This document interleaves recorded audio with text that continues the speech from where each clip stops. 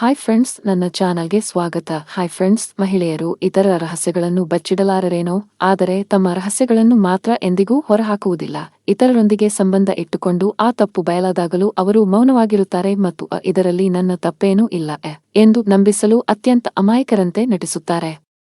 ಸ್ವಾರ್ಥ ಮತ್ತು ಅತ್ಯಾಸೆ ಉಳ್ಳ ಮಹಿಳೆಯರು ಪುರುಷರ ಜೀವನವನ್ನೇ ನಾಶ ಮಾಡುತ್ತಾರೆ. ಅಂತಹವರು ವ್ಯಭಿಚಾರವನ್ನು ಕೀಳು ಕೆಲಸ ಎಂದು ಭಾವಿಸದೆ ಅದನ್ನೊಂದು ದೊಡ್ಡ ವೃತ್ತಿಯಂತೆ ಕಾಣುತ್ತಾರೆ.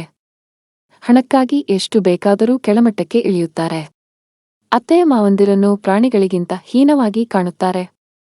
ಮದುವೆಯ ನಂತರ ಗಂಡನ ಹಣವನ್ನೆಲ್ಲ ದೋಚುತ್ತಾರೆ. ಹೆಣ್ಣಿನ ಒಳ್ಳೆಯತನ ಕೇವಲ ಅವಳಿಗೆ ಅವಕಾಶ ಸಿಗುವವರೆಗೂ ಮಾತ್ರ ಇರುತ್ತದೆ. ಒಮ್ಮೆ ಅವಕಾಶ ಸಿಕ್ಕರೆ ಅವಳಲ್ಲಿರುವ ಕ್ರೌರ್ಯ ಹೊರಬರುತ್ತದೆ. ಉದಾಹರಣೆಗೆ, ಪೋಷಕರ ಬೆಂಬಲವಿಲ್ಲದ ಮಹಿಳೆ ಗಂಡನ ಬಳಿ ಬಹಳ ವಿನಯದಿಂದ ಇರುತ್ತಾಳೆ. ಆದರೆ ಹೆತ್ತವರ ಬೆಂಬಲ ಹೆಚ್ಚಿರುವ ಮಹಿಳೆ ಗಂಡ ತನ್ನ ಕಾಲ ಕೆಳಗಿನ ಗುಲಾಮನಂತೆ ಇರಬೇಕೆಂದು ಬಯಸುತ್ತಾಳೆ. ಒಬ್ಬ ಪುರುಷ ತಾನು ಸಂಪಾದಿಸಿದ ಹಣವನ್ನು ಹೆಂಡತಿಗೆ ನೀಡಲು ಅಥವಾ ಅವಳಿಗಾಗಿ ಖರ್ಚು ಮಾಡಲು ಹಿಂಜರಿಯುವುದಿಲ್ಲ. ಆದರೆ ಒಬ್ಬ ಮಹಿಳೆ ತಾನು ಕಷ್ಟಪಟ್ಟು ಸಂಪಾದಿಸಿದ ಹಣದಲ್ಲಿ 1 ರೂಪಾಯಿಯನ್ನು ಗಂಡನಿಗೆ ನೀಡಲು ಇಷ್ಟಪಡುವುದಿಲ್ಲ.